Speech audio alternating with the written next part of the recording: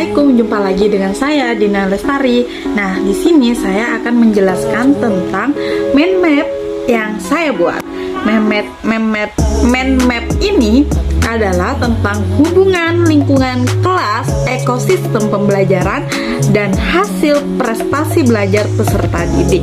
Yang pertama, prinsip pengajaran dan asesmen yang efektif tentang hubungannya lingkungan kelas, ekosistem pembelajaran, dan hasil prestasi peserta didik. Yang pertama, harus terdapat keterkaitan.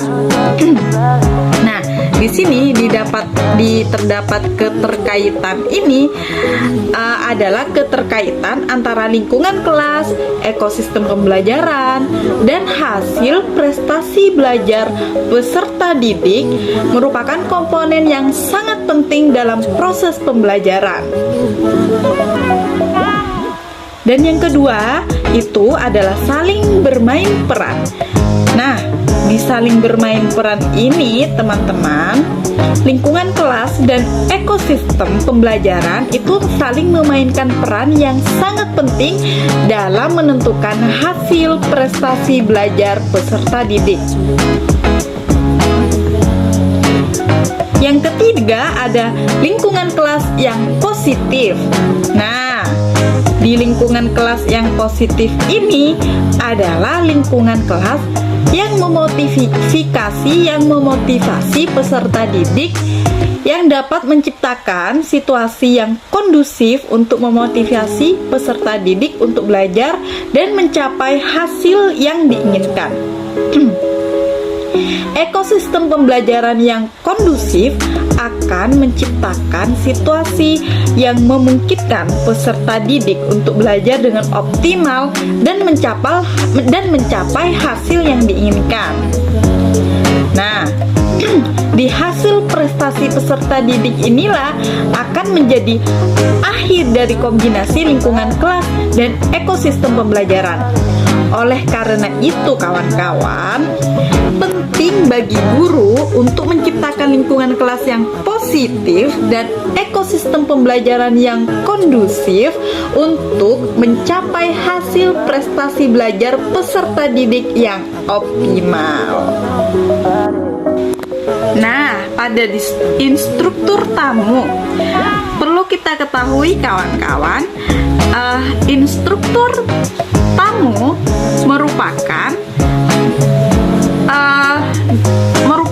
dapat membantu dalam membangun hubungan lingkungan kelas yang aman, nyaman, dan berpihak pada ekosistem pembelajaran dan hasil prestasi belajar peserta didik.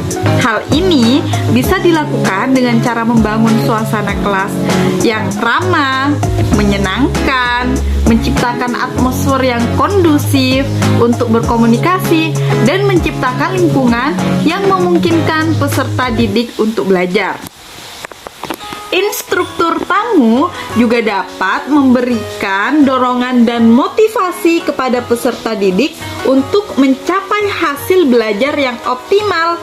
Nah, instruktur tamu juga harus berkomitmen untuk membantu peserta didik dalam meningkatkan kinerja akademik dan meningkatkan keterampilan mereka.